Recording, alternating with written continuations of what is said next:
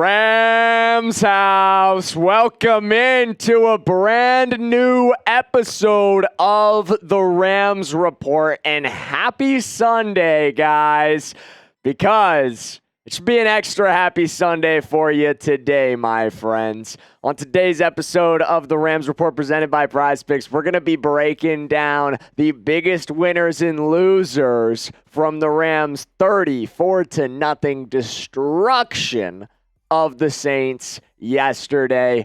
But before we get into that, guys, celebrate Victory Sunday with us. The second Victory Sunday of the Rams season. We're not going to have a lot of Victory Sundays. We're going to have a lot of Victory Mondays throughout the year and some Victory Tuesdays and Victory Fridays. We got Thursday night football outings to get to as well. But celebrate a Victory Sunday with us today, my friends, and drop a like on today's video. And let's get into the biggest winners out of this thing.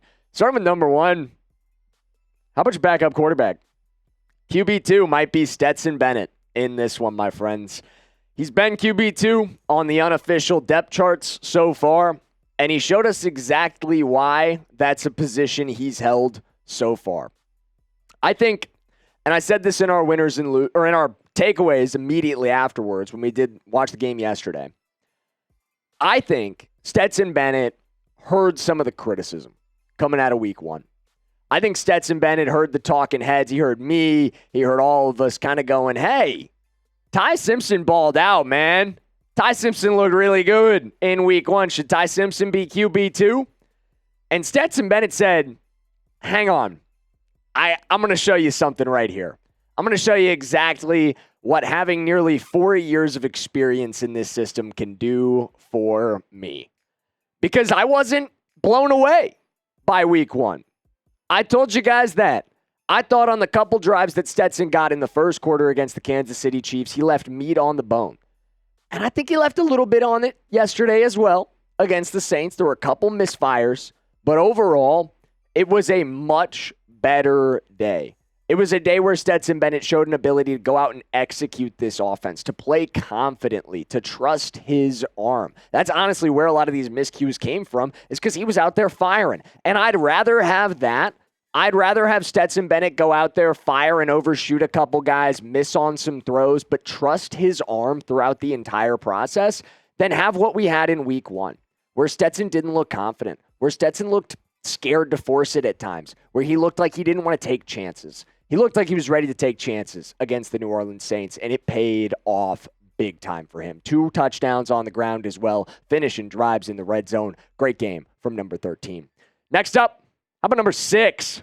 Our 6th round draft pick, the rookie receiver out of Miami. Before that, LSU, and prior to that, Liberty, by way of a couple different schools. Man, I don't care where he came from. He's damn good. And he's here now. Good game from C.J. Daniels. 13 targets, 8 receptions for C.J. Daniels, 68 total yards. He was Stetson's go-to guy. He was for Stetson what Max Clare was for Ty Simpson in week one. But I feel like C.J. was able to create a bit more after the catch. He was markedly more efficient than what we saw from Max Clare in week one. Like leaps and bounds. Neither of these guys were ultra efficient out there, but he was making plays with the football in his hands, and his hands were safe. When the ball was on him, he caught pretty much everything. Fortunately, Max Clare did have a drop today. C.J. Daniels felt like he was vacuuming him in. I was very impressed with what we saw from number 6. I think he continues to establish himself as, I think right now he's probably receiver 5 in this pecking order, but that's a role that's going to get serious volume this season. He could be the Konate Mupfield of 2026, where he's a 250-yard receiver for this Rams team and plays a really valuable role on a Super Bowl winning roster. We're going to keep talking about the standouts and winners on today's show and a couple losers as well when we get to them. Before we get to all that, I got to let you guys know where you can be a winner, my friends. America's #1 sports picks app, the good people over at PrizePicks. Guys, I love putting together a daily fantasy lineup lineup with Prize Picks. It is my favorite thing to do now that the football season is back. Every time I'm watching a game, I make sure I've got a Prize Picks lineup down on it as well because it just makes watching the game so much more exciting. I've also got season-long Prize Picks projections rolling on the Professional Football League as well. You guys know I'm going with all of these different projections. This one's a crazy one. 5 to win, 395. We've got Jamison Williams on there. We've got Fernando Mendoza on there. You guys can see that lineup in its entirety and tail all of the lineups I've been placing or fade the lineups I've been placing. If you don't like my picks on Prize Picks, just drop a follow on my Prize Picks username. Jackson Durham is the first and last name. Just type that one in and you will see me. And you guys can follow me and make sure you take advantage of the new user offer as well. Code HMA on Prize Picks. And when you play your first $5 lineup, you're going to get $150 in bonus lineups if you win. One more time, that's code HMA when you play your first $5 lineup to get $150 in bonus lineups if you win that first $5 lineup. Thank you to Prize Picks for sponsoring today's video. And let's talk about somebody else who stood out because I know some of y'all are going, hey, we've talked about Stetson, we've talked about CJ. Where's 47? Where's Wesley Bailey? He's right here. You cannot talk about winners from this game without talking about the outside linebacker, edge defender, whatever you want to call him, absolute beast into yesterday's game against the Saints. Wesley Bailey showed up. 5 tackles, tackle for loss, sack, 4 quarterback hits. Stop it, man. He was unstoppable. He was unstoppable.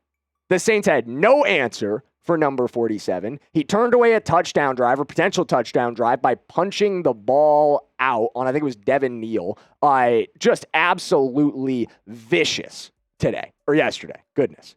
Absolutely vicious. I'm living so much in the moment. It feels like it was happening just today, guys. But Wesley Bailey, what he did yesterday unlocked a spot on this 53. There's no way. Don't get Willie Lampkin again. Do not do what you did with Willie Lampkin here, Les. This guy's a baller.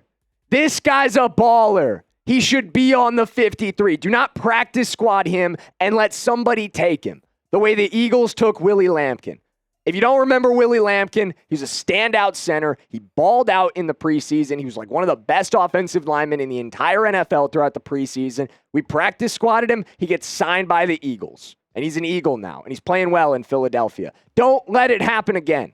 Wesley Bailey needs to be on this 53 so nobody can take him off our hands. He's our project to develop. We found him out of Louisville. Don't let anybody else take advantage of our good scouting here because this guy should have been drafted. You look at the numbers out of Louisville and damn it, you look at the tape yesterday. My goodness. How is this guy a UDFA? Like how? He is so good. If you want him on the 53, drop a like on today's video. I'm not saying he's going to go out and perform like this in the regular season, but he is fantastic rotational depth for you. He is fantastic rotational depth at one of the most important positions in our game. Unbelievable pickup as an undrafted free agent for this Rams team. They always thrive when it comes to late rounders and UDFAs, and they seem to have found another winner here. But it might not be the only winner from this Rams UDFA class. Definitely not our only winner that we're going to talk about on today's show, because how about a duo in the secondary, both coming away with interceptions? I've called them AC and AZ. Let's start with AZ. Alzillian Hamilton. His first interception as a Los Angeles Ram. Stayed in the state of California after a fantastic collegiate career at Fresno State. And man, I think, depth in the corner room is a concern. But I think when you get performances like this throughout the preseason from guys like Alzillian Hamilton, again, against 2 quarterbacks who've been starters in this league, Spencer Rattler, Zach Wilson, these are not your typical preseason QBs. These are quarterbacks who've started like 20-plus games each in the National Football League. and not in the preseason. I'm talking about regular season action. These are seasoned veterans, or not seasoned veterans, but quarterbacks who've played a lot of football. And these guys who are fighting for roster spots on paper went out and showed, hey, I'm reading you like a book, Zach Wilson, who balled last week. I'm reading you like a book, Spencer Rattler, who's had good moments in the NFL. Like, great performance from both of these guys. I did not expect a ton from Alex Cook when we picked him up from the UFL, but shout out to the Birmingham Stallions, man. And shout out to that 100-yard pick six. Absolutely electric play. 2 electric red zone takeaways from this red zone defense. Wesley Bailey delivering one, Alex Cook delivering another one, and a third total takeaway from Alzillian Hamilton. Absolutely key to coming away with a shutout in this game. Several opportunities to give up points. Those guys held the shutout. Props to them. But speaking of getting points, Jarquez Hunter earned himself 6 points on the field with a touchdown and a lot of points with head coach Sean McVay and co-OC Nate Scheelhaas today with his performance. He, like Stetson Bennett, kind of had his back to the wall a little bit. Maybe even more so than Stetson, I think you could say. I'm probably not even maybe. He did. We talked about this last week. Coming out of last week's game, Jarquez Hunter was a loser for us. Jarquez Hunter last week was outshined by someone we're going to talk about in 1 second. But this week, he made sure that didn't happen. He made sure that Rams fans and the Rams coaching staff, more importantly, walked out of this game thinking, man, 27 needs a spot. 27 needs to still be on this team. Because, yeah, he didn't do much his rookie year. He didn't have a role his rookie year. But he's got explosive ability. He's shifty. He can make you miss in a phone booth. He is, oh my goodness, some of the cuts he was making today, guys. The change of direction ability he was showing today. It's exciting. 5 yards per carry, 68 total yards. I think he locked up his 53 spot. Just like Wesley Bailey, he should be on this 53. And unfortunately, that leads us perfectly into our only Rams loser from today's game. We got a second loser, but hold tight for me. Dean Connors. And it's breaking my heart to do this, guys. It really is. I loved what we saw from Dean in the first week of the preseason. And I'm not saying his story as a Los Angeles Ram is over. However, to make this 53-man roster, Dean not only needed to continue performing well, he needed Jarquez Hunter to not go out and do what he just did today. Those guys are competing. Those guys are competing for the fourth running back role. We know Ronnie's a lock. Ronnie Rivers hasn't played in either of the preseason games. We know his job is his to keep. It's down to these two guys for that fourth spot, or Jordan Waters in that competition as well. And right now, Dean Connors, he didn't just get outperformed by Jarquez Hunter. He got outperformed by Jordan Waters too. Both of those guys went out today, got more volume than Dean did, and looked a lot better with the work that they got. And it would be one thing if they just shut Dean down. Then I'd be like, oh man, okay, like they trust Dean. Dean Connors is part of this team. But Dean Connors was playing early in this game, and he just didn't make the most of the opportunities he was given. He's got another week to try to get back into that good graces winner column. But if not, it's okay. He can practice squad. He could be a guy that makes the P squad, still be on this team. Maybe he ends up getting Willie Lampkined. But I think at the end of the day, this running back room has a ton of depth to it. Waters looked great today as well. He could have easily been a winner as well. But ultimately, that is to the detriment massively of Dean Connors, who needed some of these guys to just not go out and ball and needed to keep balling himself to secure a spot on this 53. But it's not over for the Houston product just yet. We're going to keep monitoring him. I love the kid. I think he showed a lot in week 1, but not his day in week 2 against the Saints, who, speaking of which, are loser number 2. I don't usually do this. I do not usually tab the opposing team as a loser. However, for anybody who watched, you get why. This was a brutal game from the New Orleans Saints, guys. Like, if I'm Kellen Moore, their head coach, I am standing on the sideline like a cartoon character with steam coming out of my ears at the way my backups are performing. Horrendous execution across the board. This is one of those games where, I'd throw back to, I know Brian Kelly requoted it. I cannot remember who originally delivered the line off the top of my head. How'd you feel about your team's execution today? I'm in favor of it. You guys know what I'm saying? Like, that was one of those games from the New Orleans Saints. It was an absolutely brutal performance from this team. We looked great, and a lot of what we looked good doing comes down to we are a better run organization than the New Orleans Saints are. Flat out.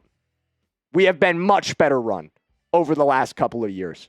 And that's not to say the Saints are a tragedy. That is not to say the Saints are a disaster.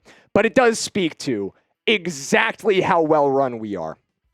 Exactly how deep we are. You stack our depth against another team that could contend for a postseason spot. They might win the NFC South this year. Who knows who's going to take that division? But our depth just went out there and mopped the floor with theirs. They don't have it the way we do. Our depth across the board, huge winner today as well. You walk out of this game feeling really good about what may happen at basically every position on the football field if you have injuries come up, because you just mop the floor with some guys who've started in the NFL with nobody who starts regularly for you. And that is something to feel very good about, Rams fans. And if you feel good about that, drop a like on today's video for me, Ramily, and thanks for watching. That's going to do it for us, and I'm going to see you guys tomorrow for some more overreactions from this game.